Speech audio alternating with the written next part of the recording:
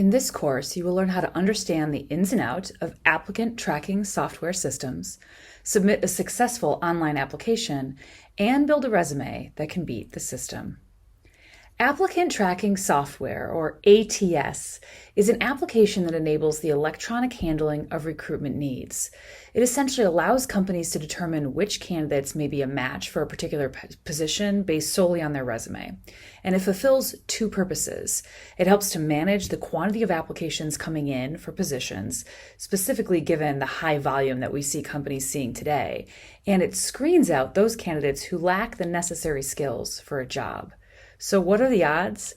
Applicant tracking software systems actually eliminate 75% of all applicants. As such, having a very good understanding of how they function and what you can do to ensure your resume is ATS compatible is a critical step before you go off clicking submit to different online applications. You have a 1 in 4 chance of being seen by a human being. And here's what you can do to help yourself.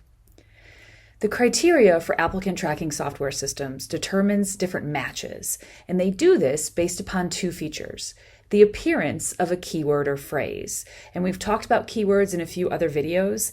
The idea here is they are the words, the hard skills, the critical components that are related to the position you're going after. So let's say, for example, that project management is a keyword they're looking for. Those systems are going to scan that resume and assign points based upon how many times they see the term project management. However, the systems have outsmarted those who initially attempted to outsmart the system by just keyword loading their resume. And now a second component of these ATS systems is that they search for the relevance of keywords within certain context. You can see a few examples below that showcase how the term project management may be used within different sentences or accomplishment statements on your resume that they're going to assign different points to based on the fact that they can tell within the context of a sentence project management is taking place. Again, something like a term managed projects of strategic significance, met 100% of project deliverables, or they may be searching to determine if someone has a project management professional certification or a PMP. Again, for every match, the system will assign a point, and then points begin to accumulate for each application.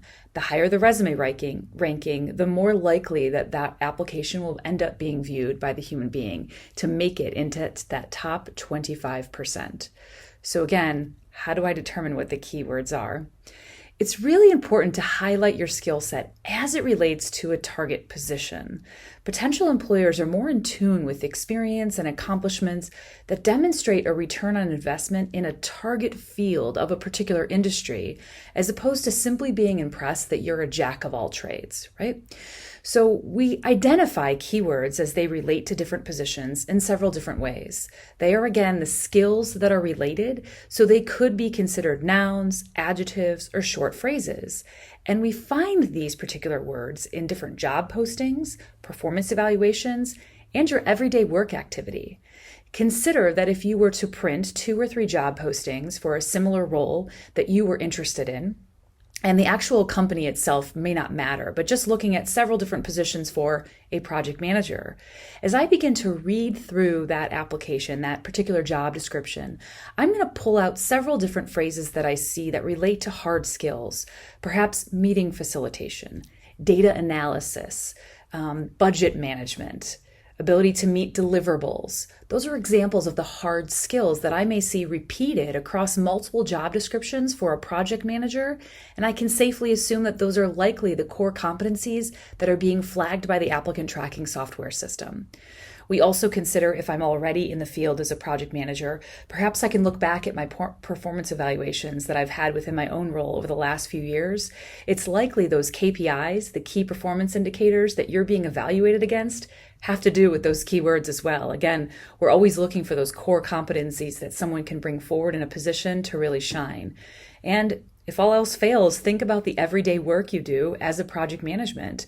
Where is most of your time focused? Those activities will again relate back to keywords. Now, I would encourage you to use caution with tools such as JobScan. These are websites that are promoted to enable someone to get through the ATS system. Essentially, they suggest that you submit a resume, you can run through for a particular job, and it will give you a ranking score as to whether or not it thinks that you'll pass through the ATS. The problem with these type of systems is that they cause people to spend way too much time changing the wording, the verbiage within a resume without considering the fundamental nature of how that wording needs to be incorporated. So again, if we go back to the criteria question, it will definitely tell you if you have a great use of the keyword, but it won't tell you whether or not it carries the relevance based on the context it's within. So systems like JobScan should be used with caution, really ensuring that you have a clear understanding of what an applicant tracking software system does.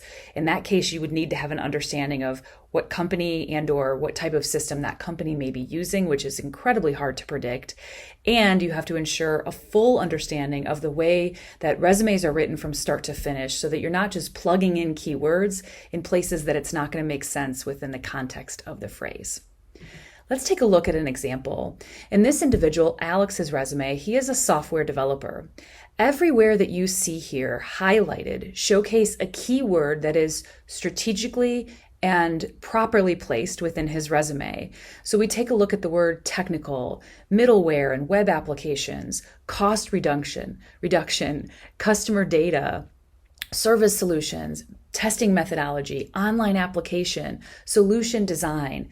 This is simply the executive summary of Alex, and we can already see there are a variety of areas that are highlighting the different type of hard skills or keywords that are related to software development.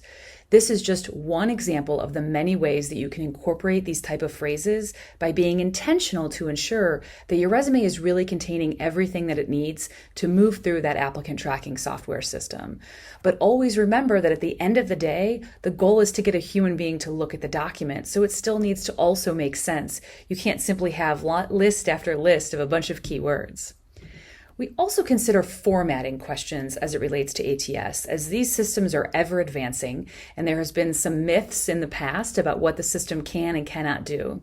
So we know as of modern day that the majority of applicant tracking software systems function in a certain way. Again, impossible to really predict exactly what system your given application is going to be up against, but generally speaking, we know the following. Applicant tracking software systems have a hard time reading PDFs, RTF, or JPEG format. Unless an application is specifically asking you to upload a PDF, I would always recommend uploading a Microsoft Word document instead to ensure there are not compatibility issues. Applicant tracking software systems have a difficult time reading templates, tables, or anything within a text box. This is why it's very concerning that a lot of individuals unfamiliar with resume writing will jump onto Microsoft Word and try to use one of the templates available. It contains a lot of these tables and text boxes that will make your resume inherently ATS unfriendly.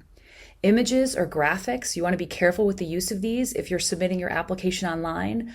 One recommendation we have, if you have a very cool chart or graphic that's going to showcase, for example, sales growth, go ahead and include that chart, but make sure there's a corresponding bullet point that is written out with that information so that the system can read it and then the ultimate human will get to be impressed by the graphic. And also any special characters or accented words tend to cause the ATS system to get a little bit of a blip and will probably not be translated properly. So what are some best practices you can use? Make sure that when you're applying for a specific position, you include the job title or the general job category somewhere on that resume. You should always place dates to the right of the employment details. This ensures that not only the human will be focused in on the company and job title that you've held, which is what you want them to be, but that the ATS system can read properly when you were in a given role. Use very simplistic, straightforward section headers, and we cover this in the Modern Resume Content video. This ensures that you have a section for executive summary, you have a section for professional experience, and it's titled as such, education, professional affiliations, so on and so forth. You want to include anticipated credentials. If individuals are looking for a role that for someone who has an MBA, if that's a core requirement, and you are about to receive your MBA next month, make sure that you indicate Master of Business Administration, degree expected. What month are we in now, right? December 2020, to make sure that, again, you have this anticipated credential and you won't be blocked out of the system for a certification or degree you're about to receive. Make sure that you're checking your email after applying to any position online, as sometimes those ATS systems have an automated response, but it might be diverted to your spam folder. So you want to be careful and make sure that you're getting everything. And finally, don't submit multiple resumes to the same company. ATS systems have a memory, and those previous submissions will remain within the system. So you have to stay consistent and not over apply.